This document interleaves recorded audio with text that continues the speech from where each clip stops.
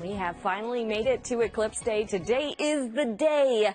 The eclipse path of totality today stretches across 480 miles of Texas all the way up through the Mississippi and Ohio River valleys and eventually into sections of the Northeast. And our times of totality, it really depends on where you find yourself today here across North Texas. It ranges from 1:40 to 1:44 in Dallas. If you're up the road in Paris, it'll be between 1:44 and 1:48 this afternoon. It looks like high clouds going to be found across much of North Texas. We're already starting to see them stream on in.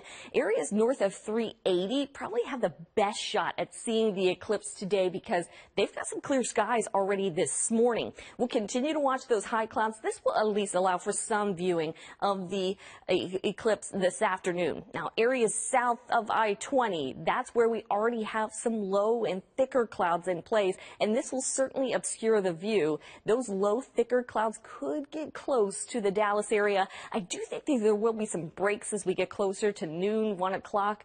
So you might get lucky here this afternoon to see some of the eclipse later on. Rain and storm coverage, that will increase for us as we get into the late afternoon and evening hours. No rain or storms in the forecast during the time of the eclipse, but it ramps up very quickly not long after. Temperatures will take a little bit of a dip during the eclipse, but largely looking at numbers here in the 70s. We do look for highs to top out today close to 80 degrees. Storm chances as we move into the late afternoon hours and tonight. It's a level 3 for those areas they're shaded in orange. It's a level 2 for everyone there in yellow. Large hail, a big concern, damaging winds, and a few tornadoes also on the table for us. Then on top of the severe weather threat, heavy rain and flooding, also something we'll be watching closely. So the cloud cover, it's pretty expansive this morning. It's high, thin clouds for areas further off to the north and those lower, thicker clouds for areas off towards our south. The time of totality here,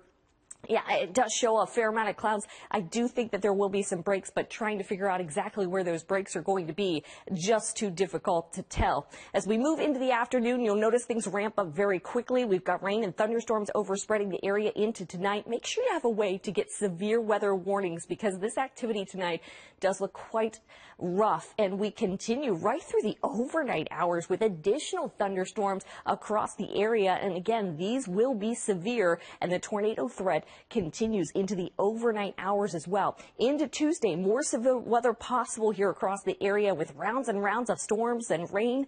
We could have some flooding problems increasing for us as we move into the day tomorrow and into Wednesday as well. And I know a lot of people traveling home after the eclipse on Tuesday. It could really be a rough travel day for you. For all things eclipse, head on over to NBCDFW.com/eclipse.